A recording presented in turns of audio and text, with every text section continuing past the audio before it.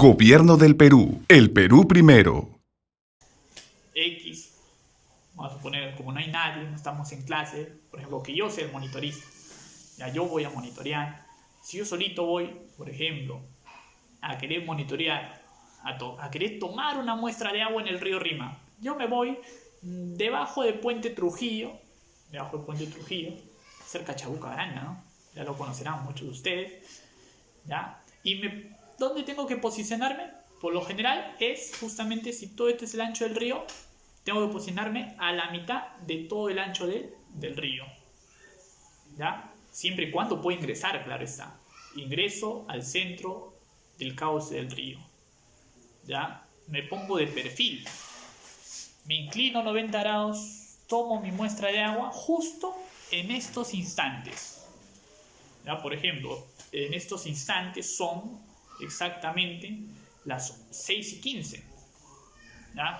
Justamente a las 6:15 de la tarde del día, hoy día estamos, vamos a ver, 22 de marzo, ¿ya? Justo al 22 de marzo a las 6:15 de la tarde, ¿ya? He tomado mi muestra de agua exactamente debajo del puente de Trujillo.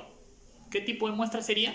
Es una muestra simple, conocida como muestra puntual, ¿ya? Una muestra simple o muestra puntual es aquella muestra que se toma en un instante dado, o sea, una hora determinada, y en un lugar determinado. En este caso era debajo del puente Trujillo, en el río Rima, ¿ya? En su defecto, una muestra compuesta, ¿ya?, es la siguiente. Le voy a mencionar también con un ejemplo previamente. Por ejemplo, yo también estoy ahí mismo, en el centro del ancho del río Rima. Ya estoy.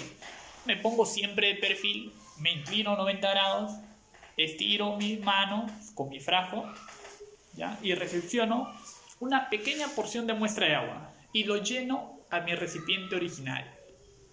Espero, por ejemplo, una hora, un tiempo dado, me vuelvo a poner de costado, tomo una segunda pequeña porción de muestra de agua, lo llevo a mi recipiente original, ¿ya? Ese recipiente original se va llenando, ¿no?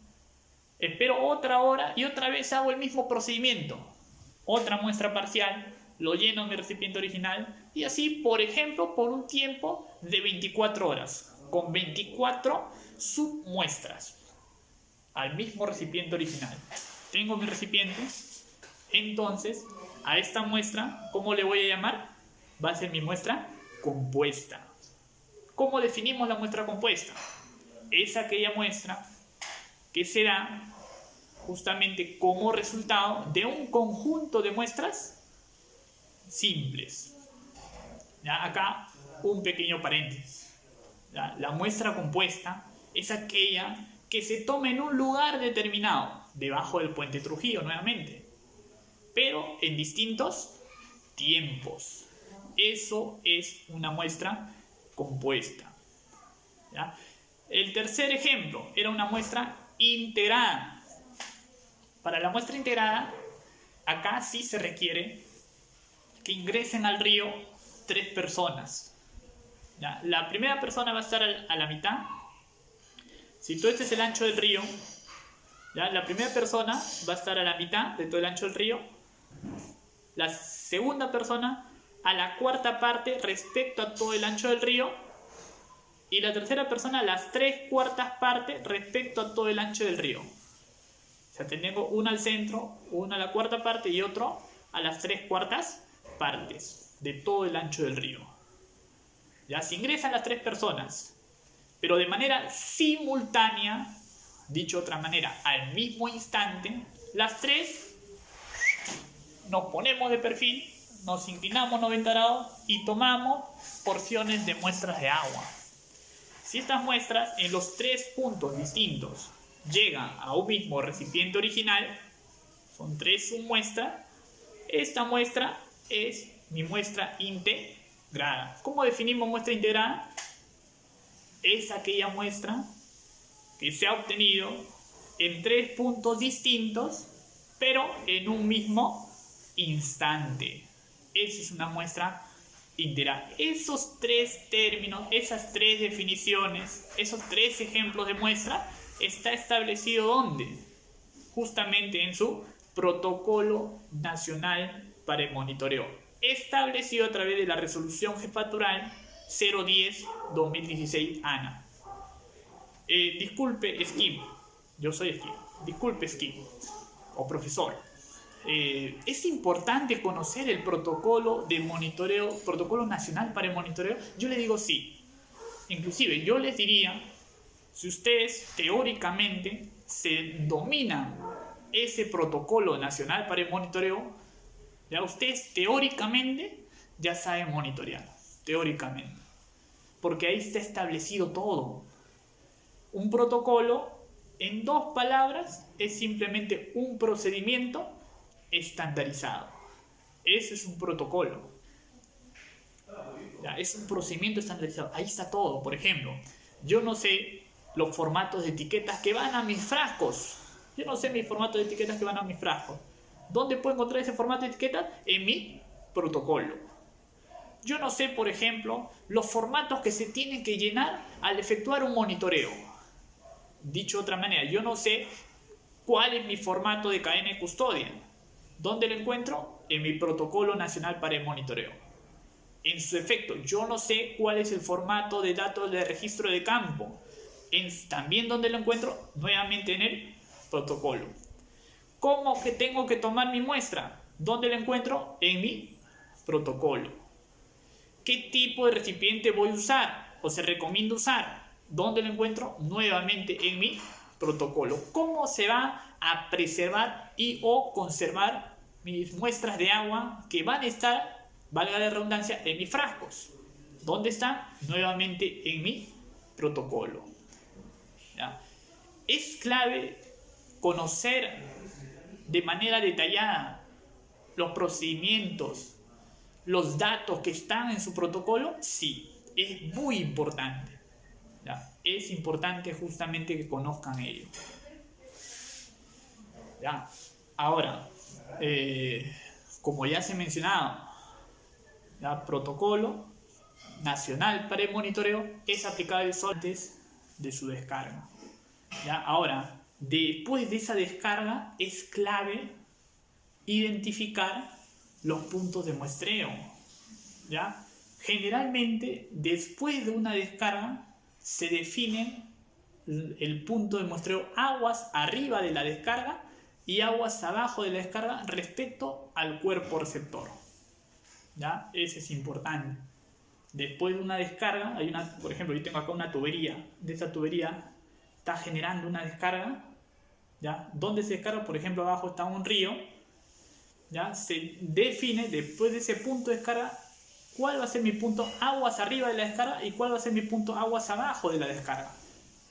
¿Ya? Por ejemplo, el protocolo te dice que aguas arriba se tiene que tomar aproximadamente 50 metros aguas arriba y aguas abajo se toma a aproximadamente 200 metros aguas abajo.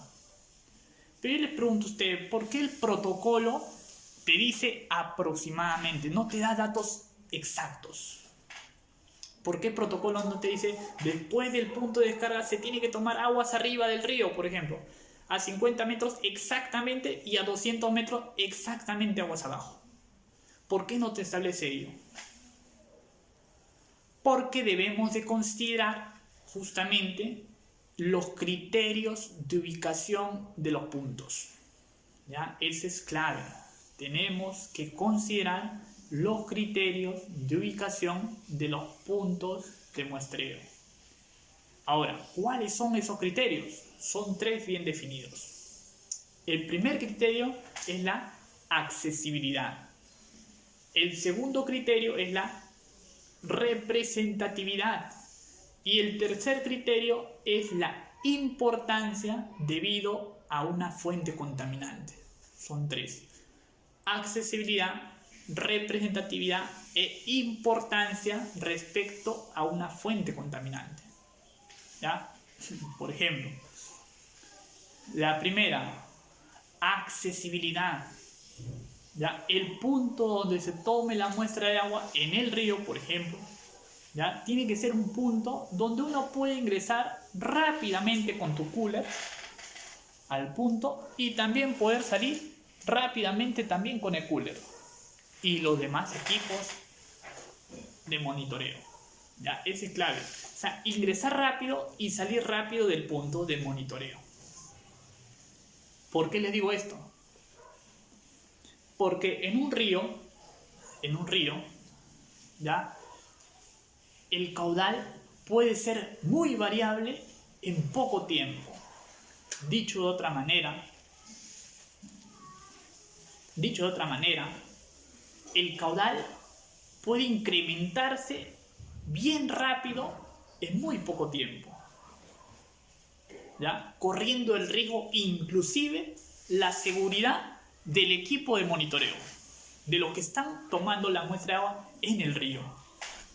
¿Ya? La accesibilidad es de que el monitorista ingrese rápido a tomar sus muestras de agua, ¿ya? Que puedan ingresar rápido, disculpen, con todos sus coolers, con sus frascos, con sus equipos, pero a la vez que puedan también salir rápido. ¿Por qué? Cuando uno está en medio del cauce del río, ¿se acuerdan, no? Del medio del cauce del río, que es donde se toma la muestra de agua, justamente el cauce puede incrementarse muy rápidamente. Se incrementa. Y todo ese volumen de agua, todas esas masas de agua, justamente, puede generar el riesgo de que te pueda llevar, ¿no? Y si estás tomando muestras de agua del río Rima, puedes aparecer, no sé, acá, ¿no? Puedes aparecer en el Océano Pacífico, ¿no? Imagínense, ¿no? ¿Ya? Si no se toman las medidas del caso, ¿ya? Pues es clave la accesibilidad.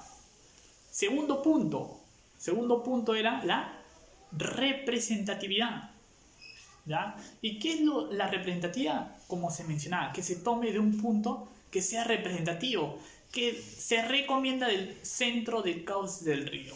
Es lo que se recomienda. Si tú haces el ancho del río, que lo tomes del centro del cauce del río. Siempre buscando una zona lo más uniforme posible, ¿ya? Donde se evite mucha turbulencia. Donde se evite también, por ejemplo, si todo este es el ancho del río, ¿ya? Todo este es el ancho del río, pero hay zonas a orillas que hay espuma superficial, no lo vas a tomar ahí, ¿no? Porque si tú tomas una muestra de agua justo en la zona donde hay espuma superficial, tu muestra te puede dar como resultado, por decirlo algo exagerado, ¿no? Ya, que tenga cantidades considerables de, no sé, de aceites y grasas, ¿ya? Que se puede dar el caso, ¿ya? Pero todo el universo, todo el ancho del río, en todo el espejo de agua no va a haber espuma superficial, solamente ahí en esa partecita. Entonces tu dato va a ser erróneo, no va a ser representativo respecto al universo, que es todo el río. Es siempre tener en cuenta ello. Se tiene que tomar la muestra más representativa y eso es justamente al centro del ancho del río. Ahora ustedes dirán, pucha, pero es difícil de ingresar dentro del centro del cauce del río. Peor aún, si son flujos de agua en el río con caudales considerables, donde el riesgo de un posible accidente en el monitorista es latente.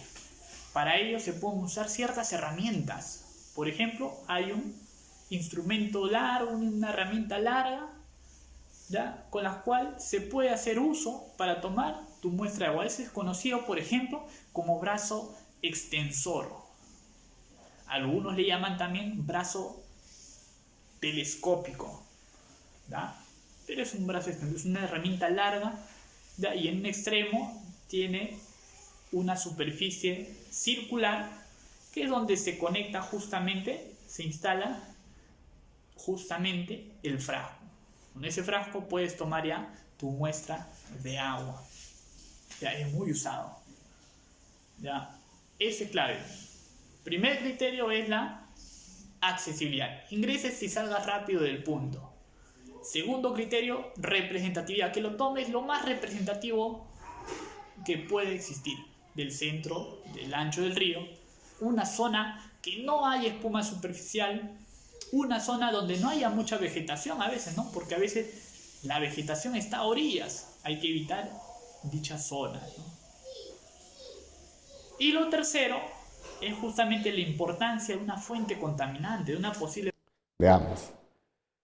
Un documento de referencia obligatoria para el monitoreo de aguas residuales es el Protocolo de Monitoreo de la Calidad de los Efluentes de las Plantas de Tratamiento de Aguas Residuales Domésticas o Municipales. Es un documento, protocolo, que fue editada por la Oficina de Medio Ambiente del Ministerio de Vivienda, Construcción y Saneamiento. Este es un documento de referencia obligatoria donde nos van a indicar todo el proceso, todos los pasos que vamos a seguir para obtener una buena muestra. En primer lugar, debemos identificar el punto de monitoreo. ¿Para qué identificar el punto de monitoreo? Pues nos debe permitir primero su ubicación exacta. Se va a utilizar el sistema GPS en coordenada UTM del sistema WGS84. Es importante resaltar este sistema puesto que hay otros también. Entonces, todos nuestros puntos de monitoreo estarán identificados utilizando UTM del sistema WGS84.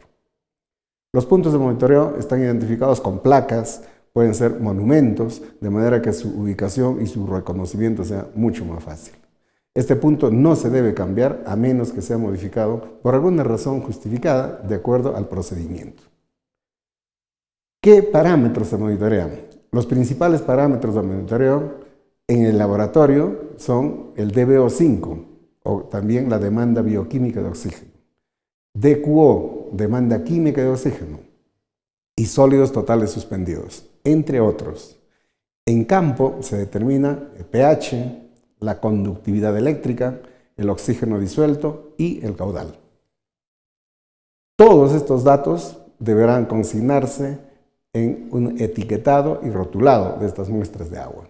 Las muestras de agua deberán ser etiquetadas siguiendo la siguiente recomendación. Usar letra clara, legible y con tinta indeleble. Hay que cubrir la etiqueta luego de rellenada con tinta adhesiva transparente, de manera que evitemos accidentalmente que pueda ser borrado. Esta etiqueta debe consignar la siguiente información. La denominación del punto de monitoreo. Todo punto de monitoreo tiene un nombre, entonces deberá ir en la etiqueta esa denominación.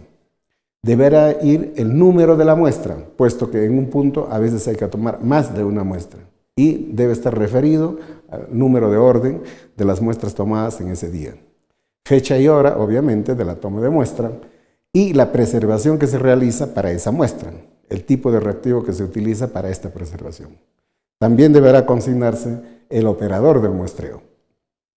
Luego se llena con todos estos datos, paralelamente a la etiqueta, una cadena de custodia. Esta cadena de custodia igualmente indicará los parámetros a evaluar, el tipo de frasco que se está enviando, el tipo de muestra de agua, si es agua residual cruda o puede ser agua residual tratada, el volumen que se está enviando, el número de muestras que van y los reactivos que se han utilizado en la preservación, qué condiciones de conservación y naturalmente va, como decíamos, el nombre del operador como otra información relevante. Estas muestras para su transporte deben ser debidamente conservadas, ¿no? Normalmente se utilizan cajas de almacenamiento térmico, es decir, tienen aislamiento térmico con refrigerante, los llamados ice pack, para mantener una temperatura que en la cadena de custodia está indicada. Además, se debe cumplir con el tiempo establecido entre la toma, la preservación de muestra, conservación y el momento en que va a ser analizado en el laboratorio. Esta información de la cadena de custodia debe ir dentro del mismo contenedor donde están las muestras. Forma parte del envío.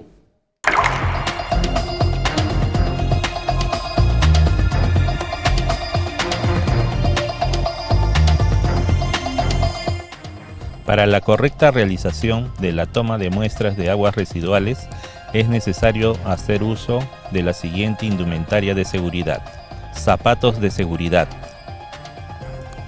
casco,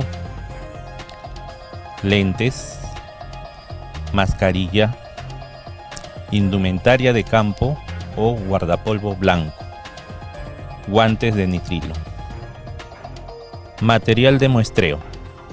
Para el análisis de demanda bioquímica de oxígeno 5, deberá utilizar frascos de plástico de polipropileno, tapa rosca de 1 litro. Para el caso de muestras cloradas, agregar a las muestras 1 mililitro por litro de tiosulfato de sodio al 10%. Si la extracción de muestra es para el análisis de sólidos suspendidos, deberá hacer uso de frascos de plástico de polipropileno tapa rosca de 1 litro. Si la muestra es muy clara, deberá extraer 2 litros como mínimo. En el caso de los parámetros de coliformes totales y termotolerantes, deberá utilizar frascos de vidrio de borosilicato, tapa rosca de 1 litro, previamente esterilizado. Para el análisis de la demanda química de oxígeno, hacer uso de un frasco de plástico de polipropileno o vidrio de volúmenes mayores a 100 mililitros.